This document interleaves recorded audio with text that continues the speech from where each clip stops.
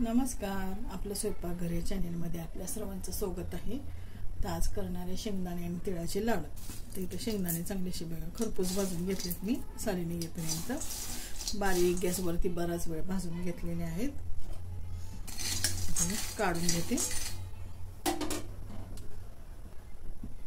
आता याच्यामध्ये कढईमध्ये तीळ टाकून घेते।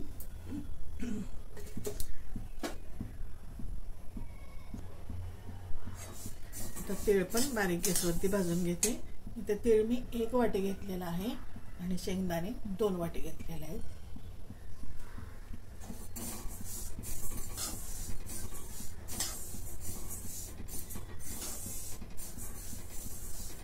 तीळ पण चांगले खरपूस असे भाजून घेते।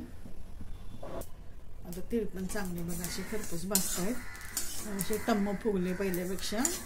आणि हे तीळ आहेत ना, हे घरचे आहेत, म्हणजे बहिणीच्या शेतामधले आहेत। तर तिने दिलेले आहेत। तुम्हाला बाजारात वापरायचे असेल तर ते पण वापरू शकतो आपण, पण आता घरचे आहेत म्हणून मी घरचे वापरतो। बघा हे पण चांगले अशी भाजलेले आहेत। आता गॅस बंद करते आणि हे दोन्ही पण थंड होऊन देते। आता इथे तीळ आणि शेंगदाणे पूर्णपणे थंड झाले। आता हे मी मिक्सरला फिरवून घेते। आता तीळ अशी मी बारीक करून घेतली। आता इथे मी 1.5 वाटी गूळ घेतलेला आहे, म्हणजे 1 वाटी तीळ, 2 वाटी शेंगदाणे आणि 1.5 वाटी गूळ घेतला, म्हणजे अर्ध्या प्रमाणात।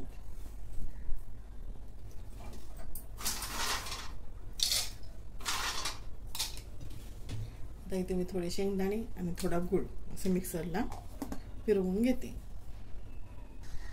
अशा प्रकारे झाले। आता हे सगळं मी असंच बारीक करून घेते।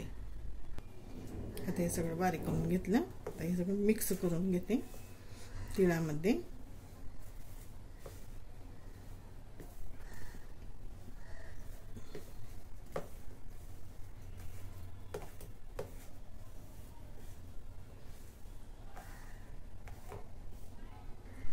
आता हे सगळं मिक्स करून घेतलं। आता याचे असे लाडू बांधून घेते। गुळ मी चिरून घेतला होता, त्याच्यामुळे मिक्सरला शेंगदाण्यामध्ये एकजीव झाला। आता असे सगळे लाडू वळून घेते। हे बघा आमचं छोटंसं पिल्लूच्या वर्षाचा व्हिडिओ मी तुमच्या संग शेअर केलेला आहे। सर्वांनी बघा, नसेल बघितला तरी बघून घ्या। तर आता बघा इथे लाडू सगळे तयार झालेले आहेत।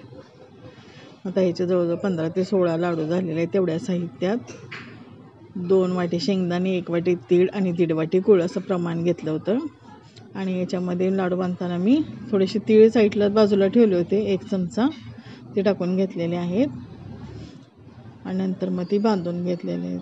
हे लाडू मी पिल्लूच्या मम्मीसाठी बनवलेले आहेत। हे तुम्हाला जर व्हिडिओ आवडला तर लाईक करा, शेअर करा, सबस्क्राईब